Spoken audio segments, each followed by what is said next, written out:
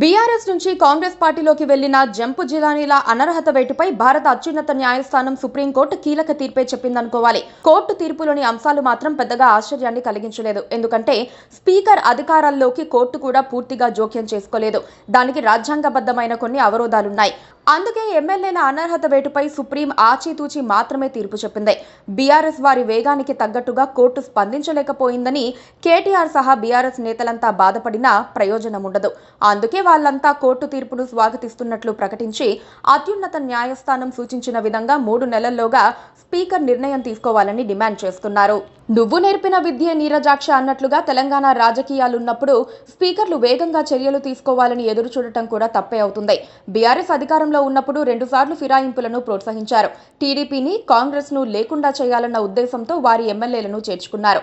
ఇప్పుడు ఫిరాయించిన పోచారం శ్రీనివాస్ రెడ్డి అప్పట్లో స్పీకర్ గా ఉండేవారు.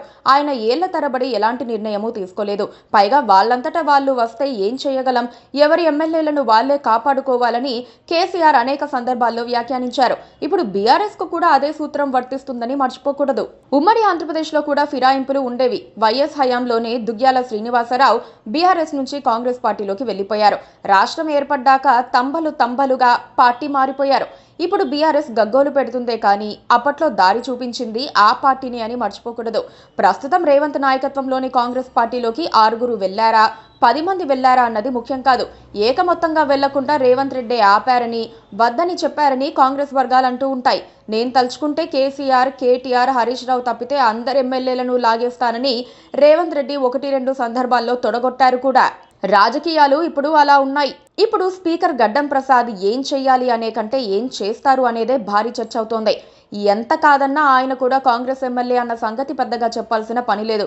స్పీకర్లు అధికార పార్టీ వారు కావటం, అధికార పార్టీకి అనుకూలంగా వ్యవహరించటం భారతదేశం ఏర్పడినప్పటి నుంచి ఉన్నదే.